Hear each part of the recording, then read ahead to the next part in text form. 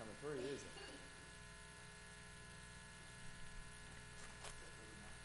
Yeah, I bet.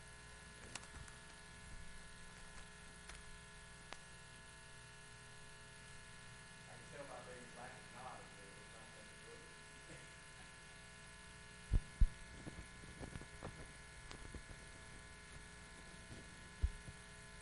All right, if you need a quarterly, and this is our last week, so maybe everybody's got one. It's anybody's hands. And I'm sure they'll be passing the new book out this week as well.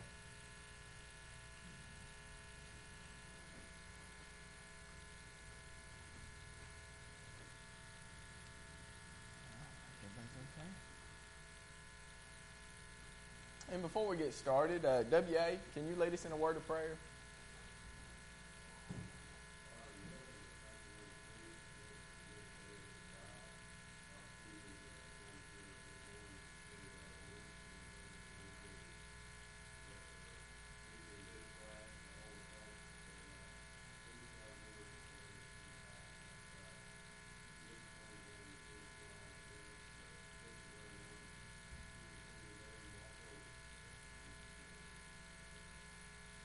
Thank you. All right. We have the last week, the last lesson in the quarterly, and it's Elijah as an example. And what I'd like to do is go through and kind of talk about what we've talked about this quarter, and that'll help tie us into our lesson today. But before I get started, I want to tell you a quick story. A couple weeks ago, I was in a conference in Nashville. And I wanted to go to church on Wednesday night, so I picked there was a church that was really close to me. It was just right there behind Ryman Auditorium, Central Church of Christ, right there next to Bridgestone. So from where my hotel was at the Hyatt place, I got ready. It was cold, so I was dressed warm, and I had my Bible, and as I'm walking through the roads right there, I have to go down Broadway. I see, bars are packed, music's going, restaurants are crowded. So then I take a right turn, I go up past Ryman, and I go to Central. And as I walk in, they were almost shocked to see me there. Sadly, as much it was going on downtown Nashville, and you got to think there's thousands and thousands of people just staying at hotels during that time, and hundreds and probably thousands of people on Broadway right there. There was only, and I counted as I sat down, 11 people in that congregation, in that auditorium. That's a massive church. They were super nice, super excited to have me there, but they were quite surprised that someone had showed up. I just thought that it kind of broke my heart a little bit, and to show that if there's congregations that are struggling in places that you wouldn't think that they are struggling, and certainly that congregation was struggling. And if you looked at the population there were 2 other visitors in there. So for a Wednesday night Bible study, and it was cold, there was really about 8 people there counting the preacher. And of that 8, 6 or 7, 6 was at least 75 and older. So I was the youngest minus the 2 visitors there, and there was no children at all for a Wednesday night Bible study. So like I said, it kind of broke my heart, but it encouraged me in the sense that they had a wonderful young preacher, and he taught a lesson, and he acted like there was 2,000 people in the auditorium. He had great energy, and he did a wonderful job. And like I said, there were many faithful members there, but that church is obviously struggling some. So I would encourage you to keep them in your prayers, as there are many others. And I got the feeling it wasn't just that church in downtown Nashville, because there were other churches nearby, and they looked like the lights were basically out. So as much as that community has grown, and people have moved into Nashville all over the place and continues to be one of the fastest growing downtown areas in the nation, churches are struggling. But turn your Bibles to 1 Kings chapter 17-ish, and we'll just walk through 1 Kings chapter by chapter here real quickly to give us a good recap of where we've been with Elijah. In chapter 16, you get kind of towards the end of it, you see that Ahab is the new king of Israel. And then you quickly see that Elijah is called in 17 to go issue a proclamation of a drought. This drought is going to last 3.5 years. So he goes and tells the king that you're going to have a drought. Elijah immediately flees, and he goes by a brook, Cherith, and he stays there for some time. And then God calls and tells him to go to the widow in Phoenicia. So that's not in Israel, and actually not in the northern kingdom at all, but outside the northern kingdom. God tells him to go. So he goes there. There he revives the widow's son.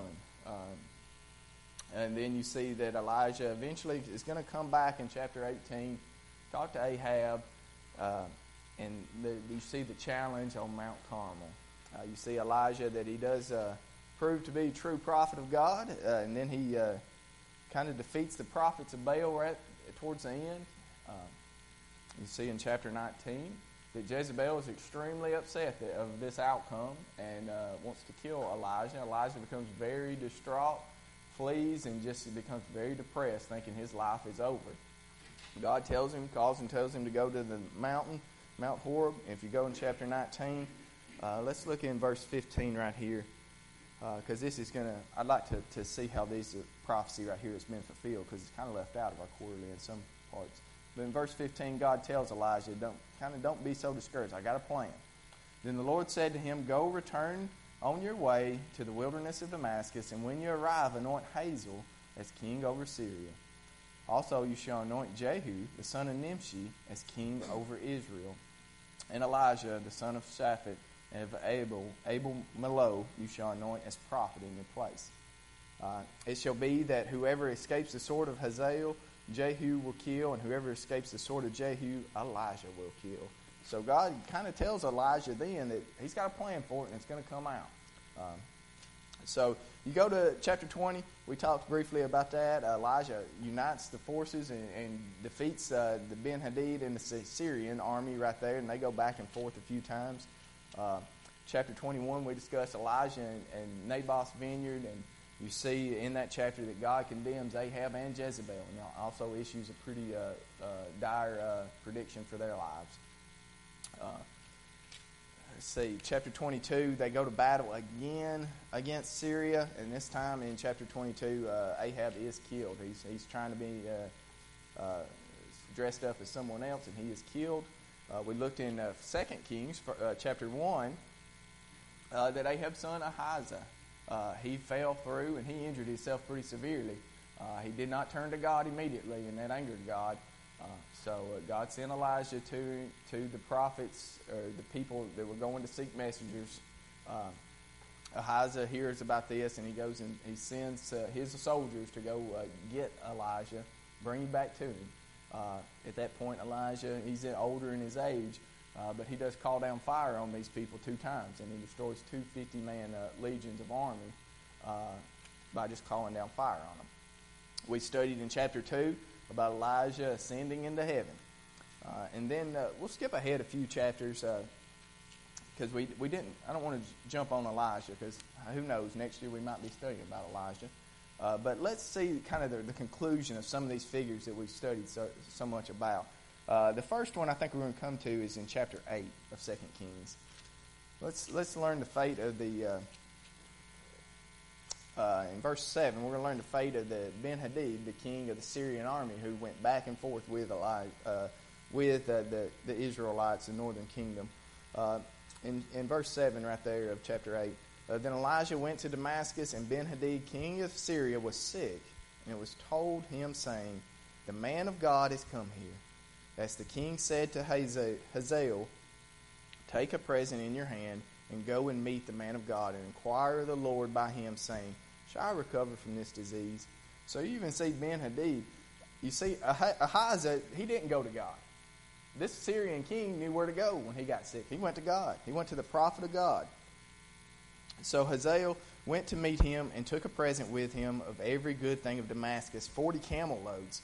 And he came and he stood before him and said, your son Ben-Hadad, the king of Syria, has sent me to you, saying, shall I recover from this disease? So you see greater faith in the nation of Syria than what you did with the kings of Israel.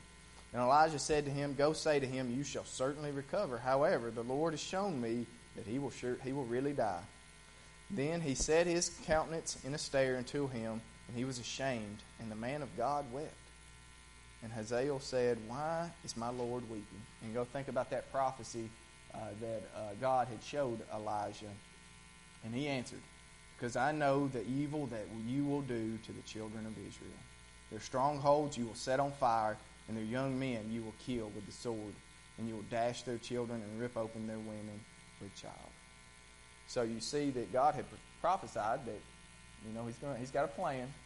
Hazael in Syria is going to come over here, and he's going to cause great destruction. And whoever he doesn't kill, Jehu will kill. So let's go to chapter 9 right here.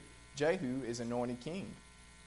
And you see that in the very first verse right there. So we've got Jehu, he's anointed king. So you see all this is falling into place that God had prophesied. Let's look at the end of chapter 9, verse 30. At this point, Jezebel is still alive. You read about her very violent death, similar to how God had said exactly it would be in verse 30 right there, chapter 9. Now when Jehu came to Jezreel, Jezebel heard of it, and she put paint on her eyes and adorned her head and looked through a window. Then as Jehu entered at the gate, she said, is it peace, Zimri, murderer of your master? And then, I'm not going to read it for sake of time, but you see the next few verses, Jezebel basically falls out a window, and the plot of land, let's see, in verse 36, therefore he came back and told him, and he said, this is the word of the Lord which he spoke to his servant Elijah the Tishbite, saying, on the plot of ground of Jezreel, dogs shall eat the flesh of Jezebel. And the corpse of Jezebel shall be a refuse on the surface of the field. In the plot at Jezreel, so shall it be. And here lies Jezebel. So that prophecy came true there. Chapter 10, you see Ahab's other children are slaughtered right there, and his family is wiped off the map. Fast forward to 17, and you see the ultimate. Chapter 13, you see the fate of Elijah, faithful prophet of the Lord. He does die in chapter 13, and then in chapter 17, the northern kingdom comes to an end. And they are taken over by not the nation of Syria, but the Assyrians who had rose to power during that time. So that's kind of, you see the story that started with Elijah in 17 and chapter 17 of 1 Kings. You see the fulfillment of that, almost another book over in chapter 17. All right. So hopefully that recap didn't take too much time. Let's go to our lesson. We have the final lesson of Elijah as an example. I wanted to touch that because you see that Elijah is used many times in the New Testament here. And some of those stories and examples, it's important for us to know.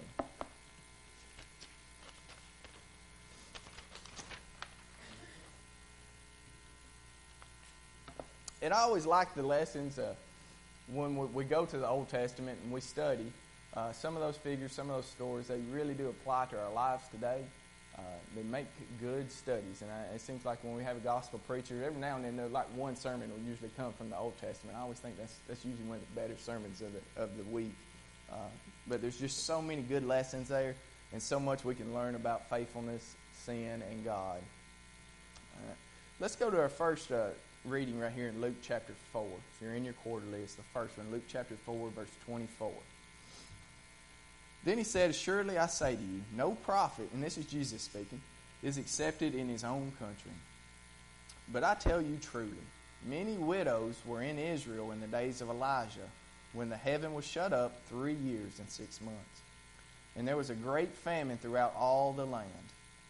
But to none of them was Elijah sent, except to Zarephath in the region of Sidon, to a woman who was a widow.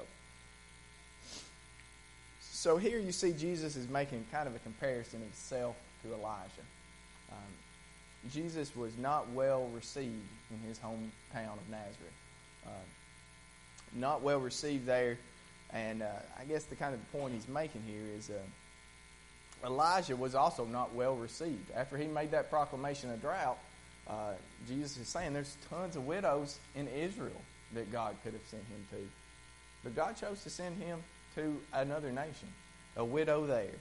And just like that, Jesus would often, we would have to leave Nazareth. He would have to go to other areas to be better received than where he was during that. He was dismissed because they knew who his father was. They had saw him grow up. There's a lesson there, and we shouldn't just dismiss someone because we know them. If someone's preaching the gospel truth, we need to listen to them. But here you see Jesus use Elijah as a good example there, and we're going to see, if we have time, James is going to use that very similar passage to make a different point. But let's look at the second one right here in Luke chapter 9, beginning in verse 51. Now it came to pass, when the time had come for him to be received up, that he steadfastly set his face to go to Jerusalem. This is Jesus again. Imagine at this time he's up at Galilee, Sea of Galilee, where he did a lot of his miracles, a lot of his work. This time he set his face to go to Jerusalem. And he sent messengers before his face, and as they went, they entered into the village of the Samaritans to prepare for him. Samaritans of the area of Samaria, and go back to Elijah. That was the chief city of the northern kingdom. That's a city that had been set up where they could offer sacrifices originally with. So that city had been set up. You see that we're going to see some different examples here of maybe the prejudice and the racism that at that time from the Jews and from the Samaritans. But in verse 53, but they did not receive him, because his face was set for the journey to Jerusalem. They didn't receive him. They didn't let him stay in their towns, in their houses, because he was headed to somewhere they did not like. He was headed to Jerusalem. They did not like the Jews there. They did not. There was great animosity. So had he been going somewhere else, maybe they would have took him in. Maybe they would have took his disciples in. If you're looking on a map, you got to kind of have the Sea of Galilee right there. You got the Jordan River that runs kind of straight down too. A lot of times those Jews who made that trek, they would just cross the Jordan River and they would go down and bypass Samaria all at once and then cross over. But that's not where Jesus did. He went from Galilee down through Samaria. All right, in verse 54. And when his disciples, James and John, saw this, they said, Lord, do you want us to command fire to come down from heaven and consume them, just as Elijah did? So they're making that reference to that when Elijah called down fire on those two legions from Ahijah. Who's reading, I guess tying to some of the lessons Edward's taught about the last couple of weeks, and I've really enjoyed them. Who has a American Standard or a New American Standard Bible on them right now? All right, Jackie. Okay, who's got one on them? Johnny, I thought you did. If you can turn to that verse, Luke chapter 9, verse 54. And let's finish the reading here, and we'll go back to that. But he turned and rebuked them and said, you do not know what manner of spirit you are. And this is Jesus talking to James and John. They've asked to call down fire on these people who've rejected him. Jesus tells them, you don't know what kind of spirit you are of. And for the Son of Man did not come to destroy men's lives, but to save them. And they went to another village. All right, I'm going to go back and read 54 here. And then, Johnny, I'm going to ask you to read 54. And let's listen and see if we can find something that's different, something that's missing. And when his disciples, James and John, saw this, they said, Lord, do you want us to command fire to come down from heaven and consume them, just as Elijah did? All right, John?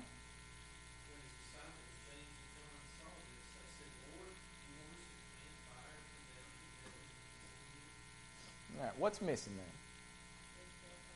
Just as Elijah did. I thought that was, like I said, Edward's talking about these different translations, and as I read through that, I thought, that's a good point for us to bring into our lesson. It shows that, and the author of the Quarterly said, the older manuscripts didn't actually include just as Elijah did. That was something that was included in some of the other translations. But American Standard, as Edward did a wonderful job pointing out, was more of a word-for-word translation. So they left that phrase out, although it's still a reference to the exact same event. So I thought these last couple lessons have been extremely fascinating. I thought that was a good point right there.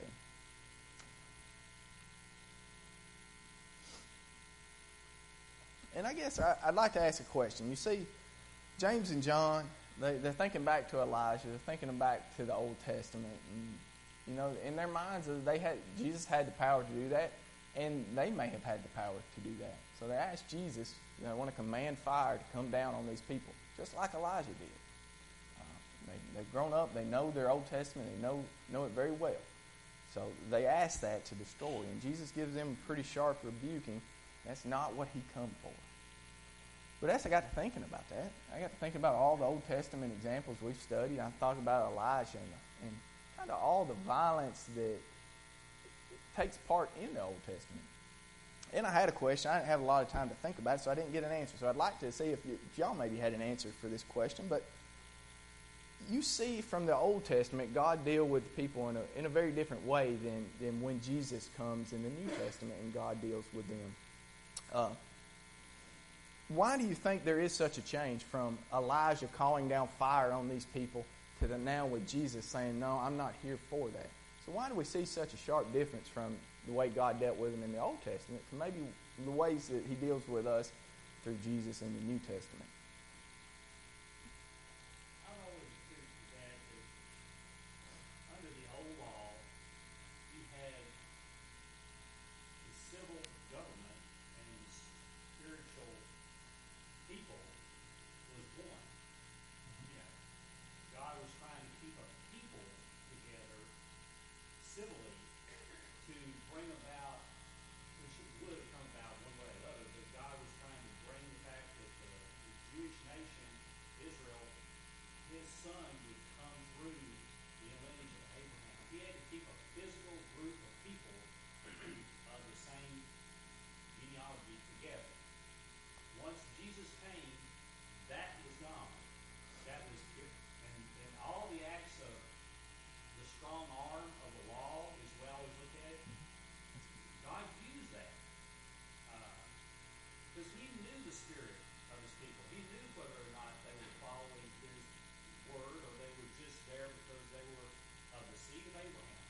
And Jesus, when Jesus came, you see that defining line. You know, the Pharisees. Who knew the Bible better? Who knew the Word better than the Pharisees?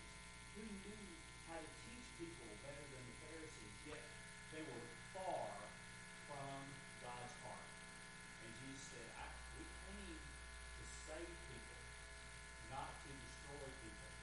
And that's what the very next verse is.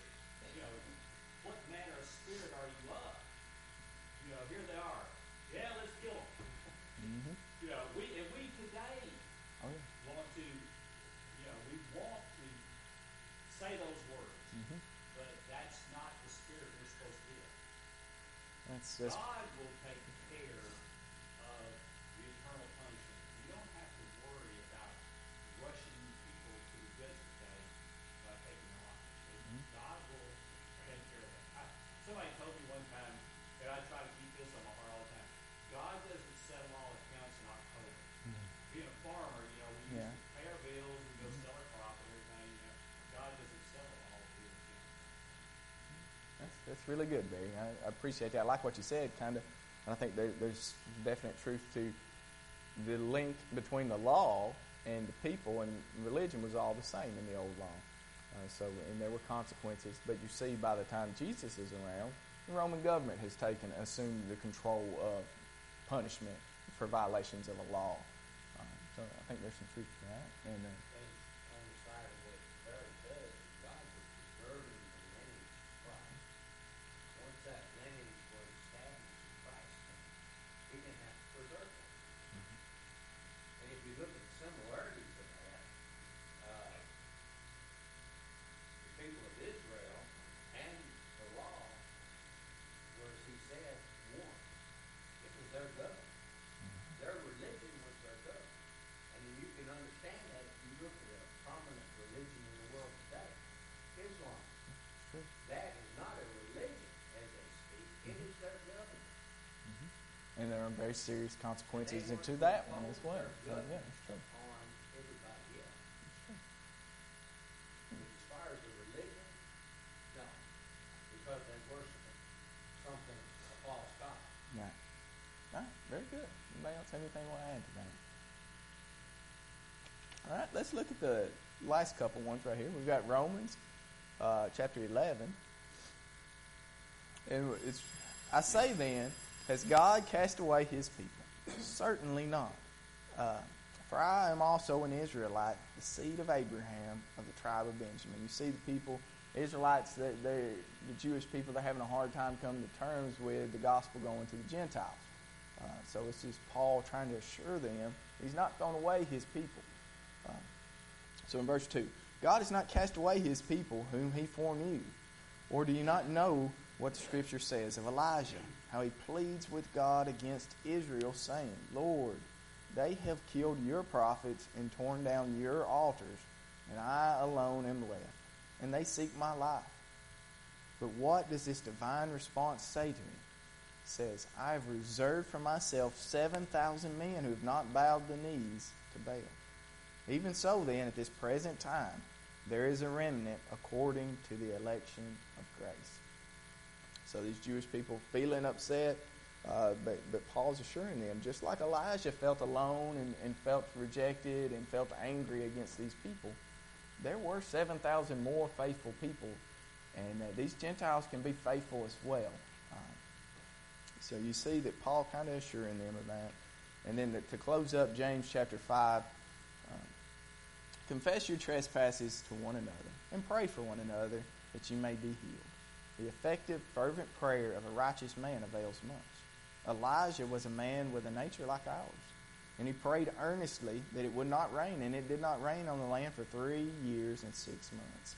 And he prayed again, and the heaven gave rain, and the earth produced its fruit. So you see, James uses a similar reference that Jesus did, but use it for a different purpose in the power of prayer. Elijah stopped raining for 3 years and 6 months by prayer to God. And then just like that, he made it rain by prayer to God. So prayer is super powerful. And I guess as we close, Elijah, like so many other Old Testament figures, was not perfect. But you see him go through some of the struggles that we go through today with some doubts, depression, loneliness.